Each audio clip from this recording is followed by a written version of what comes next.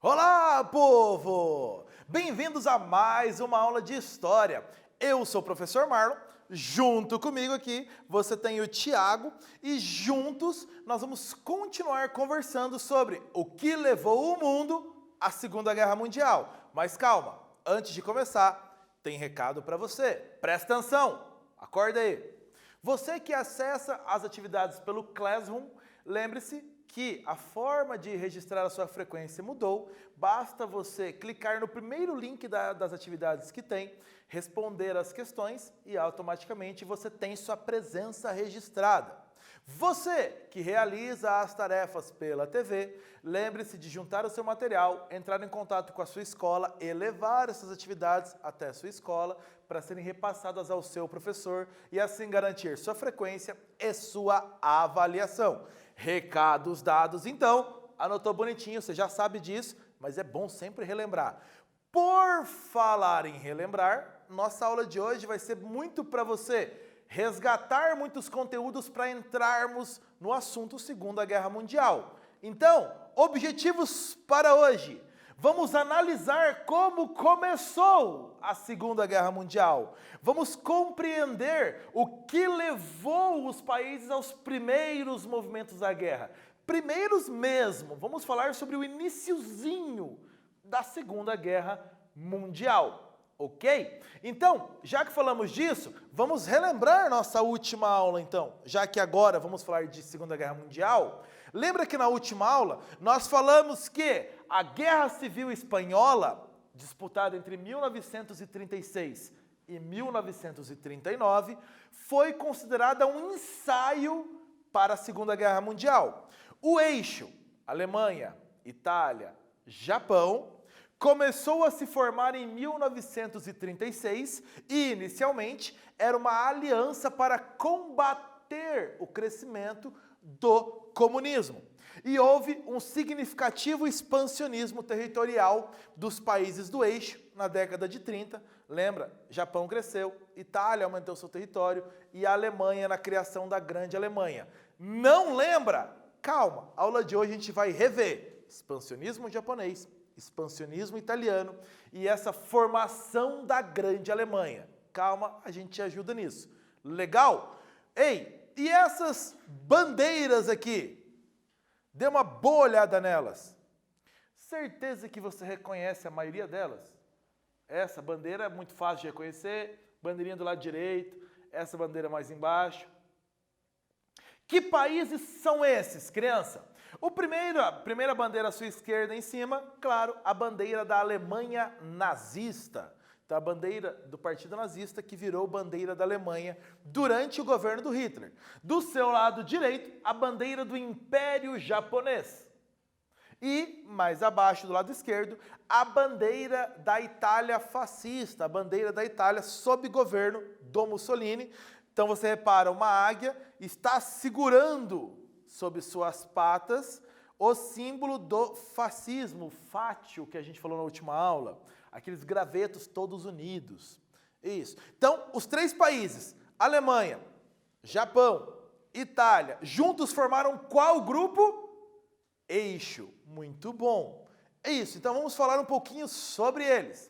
Antes, o que foi a Segunda Guerra Mundial? A gente vai começar a falar dela agora, mas já vamos dar um resumo, um panorama do que foi. Esse que é provavelmente o maior evento do século XX, que mudou a história do mundo. A Segunda Guerra Mundial foi o maior conflito de todos os tempos. Foi. A Segunda Guerra Mundial envolveu mais de 70 países, 100 milhões de soldados e cerca de $1 trilhão gastos para fazer a guerra. 70 países, mais de 100 milhões de soldados e mais de $1 trilhão. Países de diferentes correntes político-ideológicas se uniram para enfrentar o militarismo e o expansionismo da Alemanha, da Itália e do Japão. Então você tem esses três e alguns países juntos com eles contra os aliados, países com diferentes pensamentos políticos unidos combatendo essas ideias expansionistas do eixo. Ainda, o número de mortos na Segunda Guerra Mundial é estimado em 60 milhões de pessoas. Então, cerca de 60 milhões de pessoas perderam a vida devido à Segunda Guerra Mundial. Boa parte dessas pessoas que morreram não morreu em campos de batalha. Eram os civis, não eram militares. Civis de várias idades, de bebês até idosos. Milhões de pessoas morreram em bombardeios aéreos, fuzilados por tropas de ocupação nos seus territórios, asfixiados em câmaras de gás ou pulverizados pelas bombas nucleares.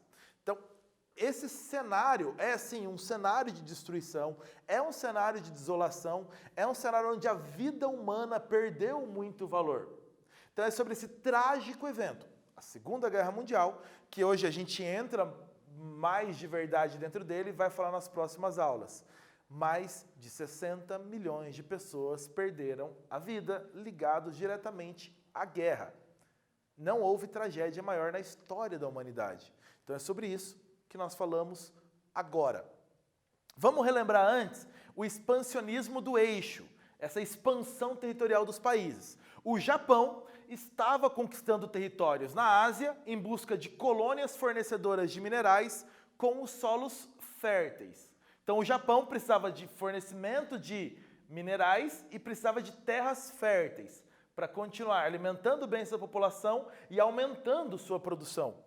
A Itália ampliou suas colônias da África, invadindo a Etiópia, como a gente viu na última aula. E a Alemanha jogava o que nós chamamos de guerra diplomática na formação dessa grande Alemanha. O que quer dizer isso? A Alemanha avançava sem disparar um tiro, anexando territórios, invadindo áreas sem disparar um único tiro. Lembre-se ainda da política de apaziguamento. Os outros países não criticavam a Alemanha diretamente, ou não faziam sanções à Alemanha por essas invasões. Porque acreditava-se que a Alemanha seria um freio para o crescimento da União Soviética, vista então como o grande inimigo. Para a gente relembrar esse expansionismo da Alemanha, o Hitler defendia que a Alemanha precisava de um espaço vital para crescer. Essa é a expressão do Hitler, um espaço vital. Então, territórios com população de maioria alemã, pertencentes a outros países europeus, eram os alvos. A maioria da população tem origem germânica, então eles devem pertencer à grande Alemanha, dentro dessa política do espaço vital. A Conferência de Munique, lá de 1938, autorizou a Alemanha a permanecer com os territórios que ela já tinha ocupado antes. Então, não houve proibições ou não houve sanções à Alemanha por essas invasões. Não, foram autorizadas tranquilo. Lembra que invasões são essas? Lembra de todas? Na última aula até passei uma listinha. Não lembra? Eu te salvo. Olha a próxima tela então. 1935, a Alemanha, além do alistamento militar obrigatório, recuperou a região do Sarre, rica lá em minério, lembra disso? 1936, militarizou a região da Renânia, divisa com a França. Isso era proibido pelo Tratado de Versalhes. Ainda em 1938, invadiu a Áustria e os Sudetos, que é um território da Tchecoslováquia com a população de maioria alemã. E isso aqui, os três primeiros itens, antes da Conferência de Munique. Foi autorizado, fica com isso, com um compromisso. Não invade mais território nenhum. Mas, março de 39, a Alemanha anexou toda a Tchecoslováquia, desobedecendo a Conferência de Munique. E o que os outros países fizeram? Nada, nem a Liga das Nações. A Liga das Nações e os outros países, então, não interferiram. De novo, lembra dessa fraqueza operacional da Liga das Nações, que não tinha um efeito prático em relação a esse expansionismo dos países do eixo. Aqui você tem uma atividade para fazer, mas antes, vamos olhar bem essa charge. Então está aí na sua tela. Repara que em cima da charge está escrito: o pior surdo é aquele que não quer ouvir. E aqui o que está acontecendo? Do lado esquerdo, você tem o primeiro-ministro da Inglaterra, o Neville Chamberlain. Ele chega até um lugar onde tem pessoas sentadas, muitas mulheres, e o Hitler está sentado ao lado delas. Então ele se aproxima e conversa com o Hitler. E aí ele pergunta: há muito tempo que o senhor está incomodando minha afilhada. Falemos claro, as suas intenções são boas? Essa é a pergunta do Chamberlain para o Hitler. Você está incomodando quem? Tchecoslováquia e Hungria. E do ladinho você tem a Polônia. Então, Tchecoslováquia, Hungria e Polônia, países que tinham uma relação de parceria com a Inglaterra. O Hitler incomodando. Ele perguntou: tem boas intenções? O Hitler responde: não, senhor. Não tenho boas intenções. O Chamberlain então conclui: ah, bem, pensei que as suas intenções não eram boas. A partir disso, responda a questão.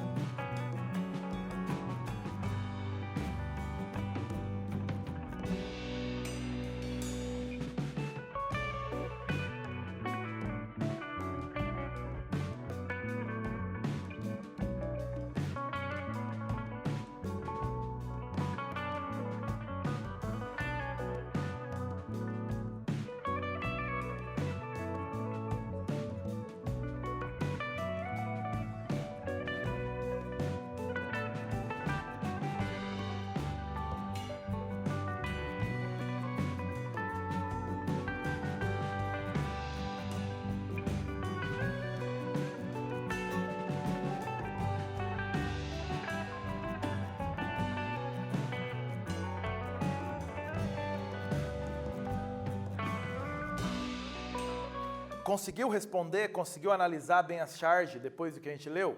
Tem um outro aspecto ainda que eu quero te chamar a atenção, antes da gente corrigir essa tarefa.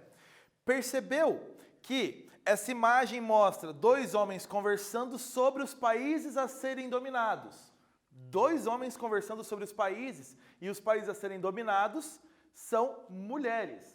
É uma charge de 1938, do cartunista brasileiro Belmonte. Ela retrata muito o pensamento da época. Quem vai ser dominado retratado como mulheres, e quem está dominando são os homens. Então você tem um pensamento datado antes da Segunda Guerra Mundial, bem antes, primeira metade do século XX, mas que mostra essa relação de dominação de gênero. Os homens, então, dominando essas mulheres. As figuras a serem dominadas são figuras femininas. Voltando, então, ao nosso exercício, o que o autor quis transmitir com essa charge? O Chamberlain perguntou ao Hitler se ele tinha boas intenções com aqueles países, e o Hitler respondeu que não tinha boas intenções. O Chamberlain se fez de desentendido, dizendo: "Ah, bem, pensei que as suas intenções não eram boas." Mostra uma crítica clara a essa política de apaziguamento do primeiro-ministro inglês, do Chamberlain. E ele é muito passível diante da agressividade do Hitler. Ele está tentando evitar um confronto com o Führer alemão, cedendo a essa agressividade dele, a essas anexações. A Inglaterra, então, está negociando e cedendo aos desejos do Hitler, e isso mostra muito claramente nessa charge do Belmonte. Ok? Tocando! Aqui você tem de novo, vamos revisar aquele mapa que nós vimos numa última aula. Então, a Alemanha, região central, e você tem anexação do Sarre, militarização da Renânia, ocupação da Áustria, ocupação dos Sudetos, tudo isso antes da Conferência de Berlim. E ainda você tem depois, da Conferência de Munique. Conferência de Munique. E foi permitido à Alemanha ter esses territórios. Depois ainda, ela tem a ocupação da Tchecoslováquia toda. Então você tem esse cenário dessa ampliação do território da Alemanha, a formação da Grande Alemanha, a invasão de áreas de população de maioria alemã. Esse mapa você viu na última aula para te relembrar. Então você tem a ampliação do território do Japão, da Itália e da Alemanha, os três países do eixo em expansão territorial. Seguindo, então tem tarefa para você.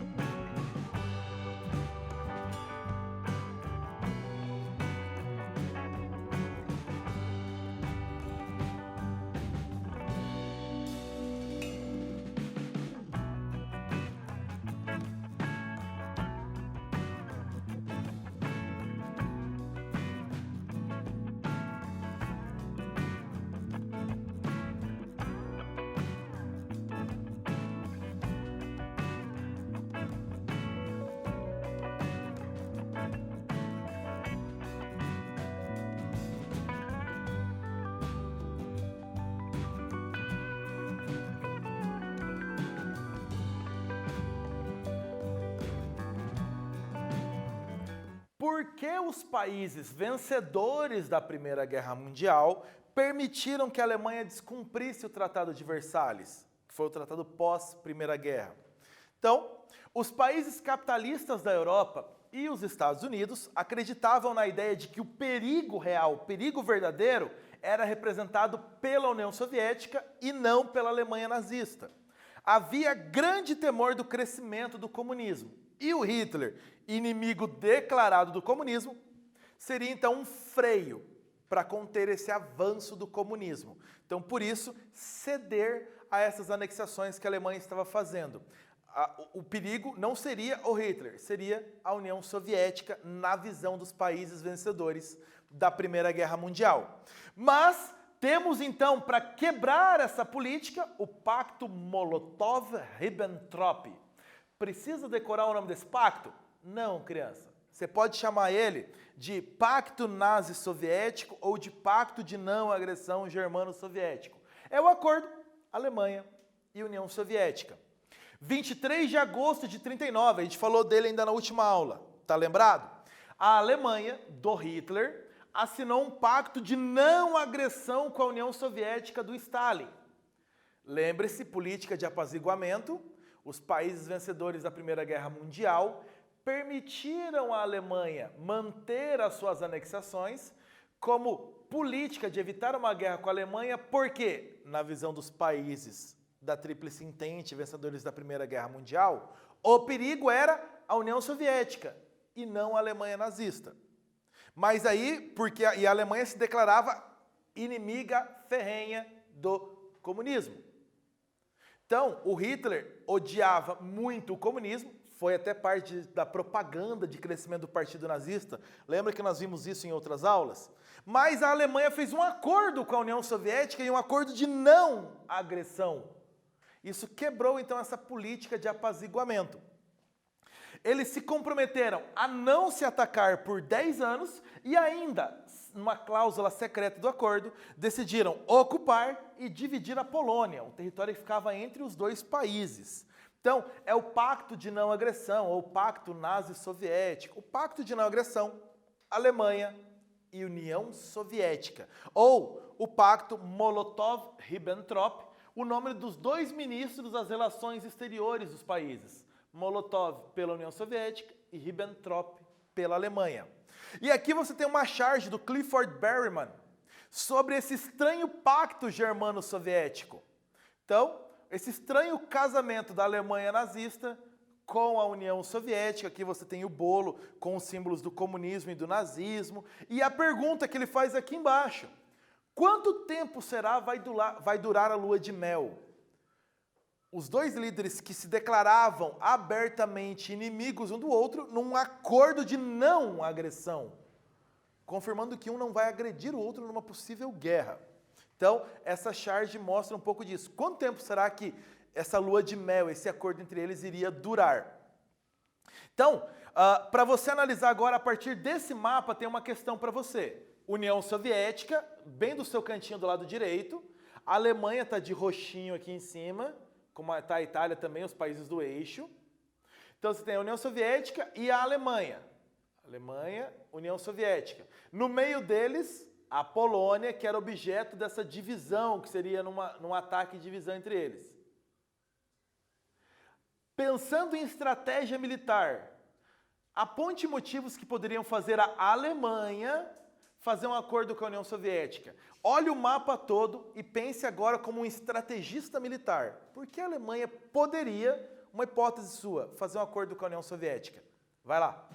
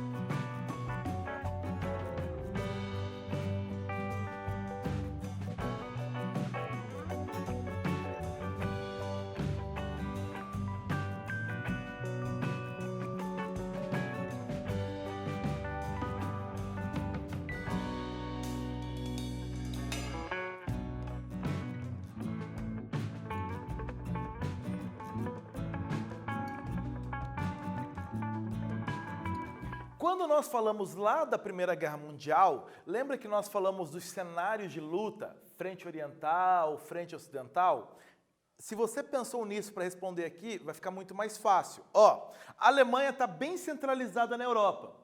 Se os países do eixo queriam fazer uma guerra, a Alemanha, no caso, teria que atacar para todos os lados. Qual é o pensamento alemão? A União Soviética é um país forte militarmente. Então, esse acordo de não agressão eliminaria já de cara um adversário. A Alemanha não precisaria atacar a União Soviética nessa frente oriental. A Alemanha, então, teria que se preocupar, num primeiro momento, só com a frente ocidental. Então, numa estratégia militar, ela iria gastar menos recursos, os soldados iriam se desgastar muito menos e se concentrar numa frente de luta melhor. A frente ocidental, num primeiro momento. Então, a ideia é, numa possível guerra que os países estavam se preparando, principalmente do eixo, tirar logo de cara um forte adversário e ainda uma frente de batalha. Estava eliminada esse acordo de não agressão. A Alemanha Soviética estava a ponto, a Alemanha nazista estava a ponto de iniciar uma guerra. A Alemanha nazista liderada pelo Hitler. O acordo, então, servia para evitar um inimigo poderoso, a União Soviética, logo no início do confronto. E também para poder concentrar as tropas apenas na frente ocidental da guerra, ao invés da necessidade de lutar em duas frentes, ocidental e oriental. Lutar ao mesmo tempo. A União Soviética não entraria no confronto por causa da garantia do acordo. Para o Stalin e a União Soviética, não tem necessidade de entrar na guerra no começo, se ela começasse. Por quê? Há garantia de não agressão entre os dois num período de 10 anos.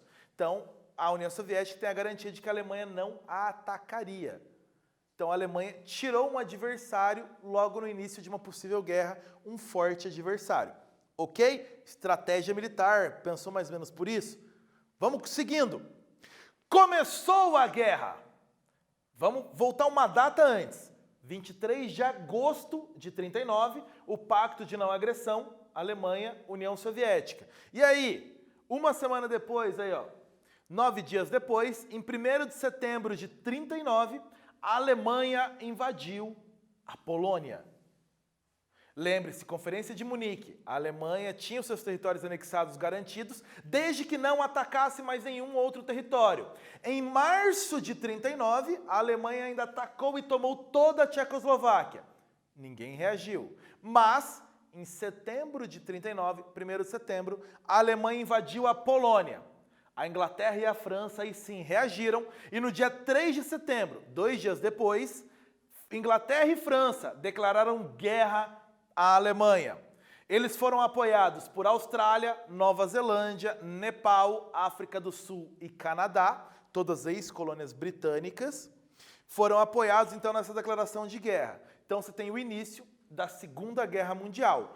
Então, o fato que marca o início da Segunda Guerra Mundial, a invasão da Alemanha à Polônia no dia 1º de setembro de 39, que gerou a reação de Inglaterra e França e de alguns outros países contrários a essa invasão, declarando guerra à Alemanha. Anotou isso? Então, o fator que marca o início da guerra está aqui na primeira linha. A Alemanha invadiu a Polônia. Então, aqui você tem uma imagem do Hitler na Polônia saudando o exército nazista que está passando em setembro de 39. Então, o Hitler saudando o exército nazista na Polônia. O Hitler pessoalmente na Polônia mostrando o seu poder ali, então, nessa imagem. Aqui tem uma outra imagem que vai te mostrar um pouco disso. Lembra desse avanço da Alemanha sobre a Áustria, o avanço sobre a região dos Sudetos, o avanço sobre a Tchecoslováquia, em março de 39, e o avanço sobre a Polônia. Aqui eu quero te chamar a atenção para um detalhe. Lembra que quando acabou a Primeira Guerra Mundial, a Polônia, que não existia, voltou a existir, naquele território que era da União Soviética, por um acordo com a Alemanha, a Polônia voltou a existir, e a Polônia teve acesso ao mar, a gente falou disso. Então, você tem território alemão, e no meio você tem um corredor da Polônia com acesso ao Mar Báltico. e acesso à cidade de Danzig, que era considerada uma cidade livre. Então você tem território polonês entre dois territórios alemães. Essa passagem é chamada de corredor polonês. Então, quando a Alemanha atacou aqui, a justificativa era estar recuperando um território que era seu com população de origem germânica. Os mesmos argumentos que tinha antes. Mas agora, França, Inglaterra e alguns outros países não aceitaram mais esse argumento e declararam guerra à Alemanha. Então esse mapa te mostra um pouco desse cenário de início da guerra com essas invasões alemãs. Esse mapa mostra o que a gente acabou de falar. Você tem em preto os territórios parte do eixo, e aí vamos lá, ó, pega lá do lado direito o Japão e os territórios que o Japão estava dominando na Ásia. Lembra a expansão do Japão na Ásia? A Itália, já mais aqui na Europa, e os territórios da Itália na África, a Líbia, a Etiópia, a Eritreia. Você tem ainda a Alemanha e esse crescimento alemão na Europa. Lembra, não tem mais colônia da Alemanha na África. No fim da Primeira Guerra Mundial, o Tratado de Versalhes, a Alemanha perdeu as colônias dela na África. Lembra disso? E você tem em azul os países contrários à Alemanha, que declararam guerra à Alemanha, além, claro, da União Soviética aqui de vermelho.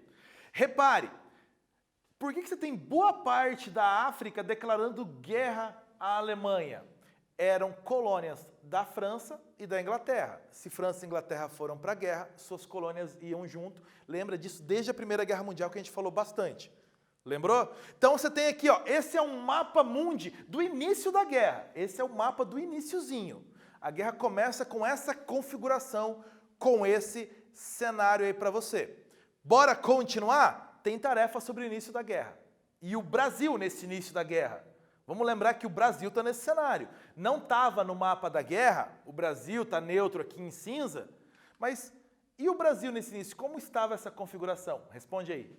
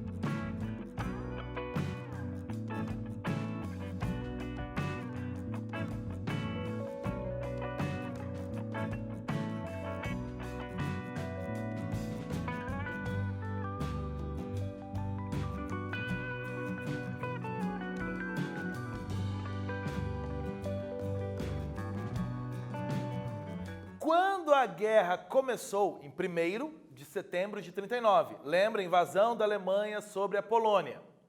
O Brasil era governado por Getúlio Vargas. Lembra GG, nosso amigo que a gente viu bastante? Isso, ele estava no poder. Qual era a posição do Brasil, então, que o Brasil adotou no início da guerra? Viu só? Resgatei uma aula de muito tempo atrás com você, quando a gente falou sobre a política externa no governo do Getúlio Vargas. Vamos juntar aí, chegamos a esse período mundial, vamos juntar as informações. Qual foi a posição que o Brasil adotou no início da guerra? Neutralidade. O Brasil não apoiou nenhum lado. Lembra disso? Segunda questão. Quais os interesses do Brasil ao escolher essa posição? Qual é a posição? Neutralidade. Que interesse que o Brasil tinha em ser neutro no início da guerra? Essa posição de neutralidade ajudou a tentar conseguir investimentos em forma de recursos e de tecnologia para desenvolver a infraestrutura brasileira e criar uma indústria de base, que é necessária, essa infraestrutura e indústria de base, para colocar em prática o nacional desenvolvimentismo. Então, se você não lembra disso, volta naquelas nossas aulas sobre política externa de Getúlio Vargas e nacional desenvolvimentismo. Ele se aproveitou desse cenário para tentar conseguir recursos para desenvolver essa indústria de base nacional e essa infraestrutura necessária para aumentar a indústria brasileira. Lembra que a gente já viu essa aula? Se você não lembra, volta lá e assiste. Ok? Povo, então, início da guerra, 1º de setembro de 39, a Alemanha invadiu a Polônia, França, Inglaterra e alguns outros países reagiram. Na aula de hoje, nós aprendemos que o Hitler aproveitou a passividade dos demais países europeus por causa da política de apaziguamento e expandiu o território alemão. O pacto de não agressão assinado entre a Alemanha e a União Soviética foi estratégia de guerra alemã.